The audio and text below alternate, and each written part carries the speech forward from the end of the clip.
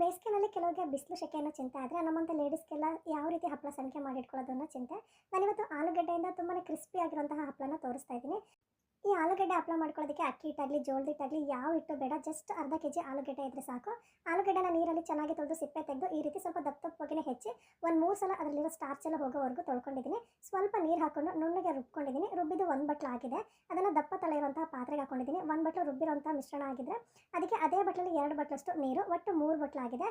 ಇವಾಗ ನಾನು ಚೆನ್ನಾಗಿ ಮಿಕ್ಸ್ ಮಾಡ್ಕೊಂಡ್ಮೇಲೆ ಸ್ಟವ್ ಆನ್ ಮಾಡಿಕೊಂಡು ಈ ರೀತಿ ನಾವು ಅಕ್ಕಿ ಗಂಜಿ ಅಥವಾ ರಾಗಿ ಗಂಜಿನ ಕುದಿಸ್ತೀವಲ್ವ ಆ ರೀತಿ ಗಟ್ಟಿಯಾಗೋವರೆಗೂ ಕುದಿಸ್ಕೋಬೇಕು. ಚೆನ್ನಾಗಿ ಬೇಯಿಸ್ಕೊಳ್ಬೇಕು. ಇದನ್ನು ಸ್ವಲ್ಪ ರುಚಿಗೆ ತಕ್ಕಷ್ಟು ಉಪ್ಪು ಹಾಕೊಂಡು ಸ್ವಲ್ಪ ತಣ್ಣಗಾದ್ಮೇಲೆ ಒಂದು ಚಿಕ್ಕ ಪಾತ್ರೆಗೆ ಹಾಕೊಂಡು 1 ಸ್ಪೂನ್ ಚಿಲ್ಲಿ ಫ್ಲೇಕ್ಸ್, ಸ್ವಲ್ಪ ಕೊತ್ತಂಬರಿ ಸೊಪ್ಪು ಹಾಕೊಂಡು ಚೆನ್ನಾಗಿ ಮಿಕ್ಸ್ ಮಾಡ್ಕೊಂಡಿದ್ದೀನಿ. ಹಪ್ಪಳ ಹಾಡೋಕ್ಕೆ ಅಂತಲೇ ಬುಕ್ ಶಾಪಲ್ಲಿ ಒಂದು ದಪ್ಪ ಕವರ್ ಸಿಗುತ್ತೆ, ಅದಕ್ಕೆ ಹಾಕೊಳ್ತಿದ್ದೀನಿ. ಬಟ್ಟೆಗೆ ಹಾಕೊಂಡು ಅಂಟಿದ್ರೆ ಹಪ್ಪಳ ಎಲ್ಲ ಅರ್ಧೋಗ್ಬಿಡುತ್ತೆ, ಹಾಗಾಗಿ ಪ್ಲಾಸ್ಟಿಕಲ್ಲಿ ಹಾಕೊಳ್ಳೋದು ಒಳ್ಳೆಯದು.